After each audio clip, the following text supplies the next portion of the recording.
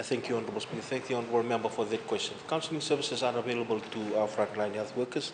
I've alluded to this in my budget response and also in the statement earlier this week. So they're available either through the support groups that we have within the Ministry of Health. Also, we have utilizing Empower Pacific through AusAid support. There are Viber forums that are available. I'm on several of them. There are also mechanisms by which they can be able to liaise with their own teams, Honourable Speaker.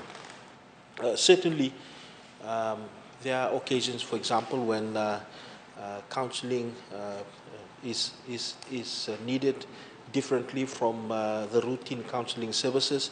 And we are also cognizant of the fact that we are in COVID-19, so many of them are using virtual platforms.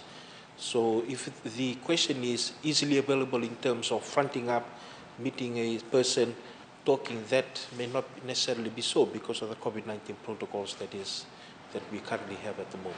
Thank you, Honourable Speaker. Thank you.